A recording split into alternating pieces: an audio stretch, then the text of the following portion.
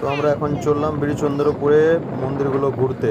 টোটোতে প্রচুর হাওয়া চলছে, দারুণ লাগছে। হাওয়ার জন্য কোথাও ডিস্টার্ব হচ্ছে।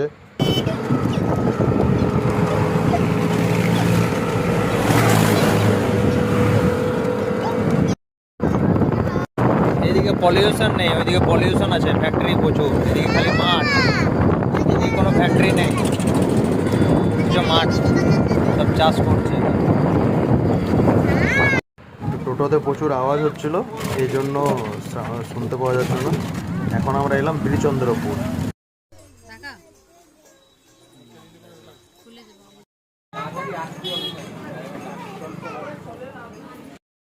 জগন্নাথ মন্দির। তুই ফোনে কন্ট্যাক্ট করে গিয়ে দেখে তার সাথে কথা বল, উনি খুলে রাখবে কিনা, তাহলে তুই বেরোবি। আর যদি বলেন না,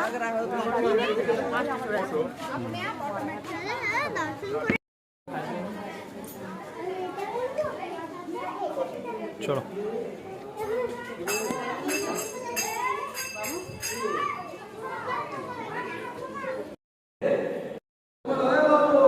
ভিডিও ফটো নেওয়া মানা আছে, তার জন্য চিৎকার চেঁচামেচি করছিল, ক্যামেরাটা বন্ধ করছিল। তাও লুকাই ছুপিয়ে যতটা পারলাম ভিডিও করলাম, দেখাচ্ছি আপনাদেরকে সেটাই।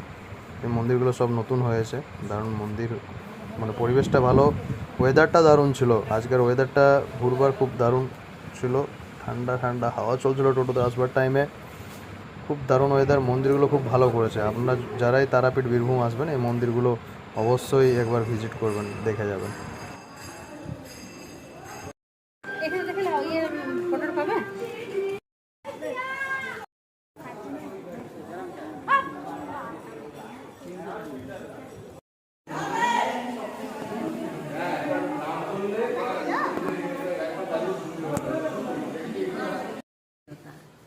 কোন প্রভু?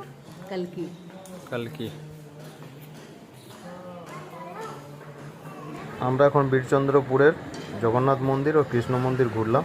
এরপর নেক্সট যাচ্ছি ইস্কন মন্দির।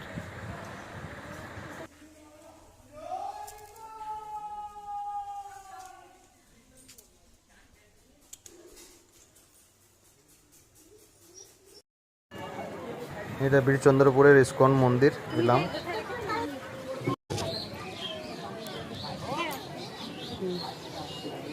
এইদিকে মুখটা।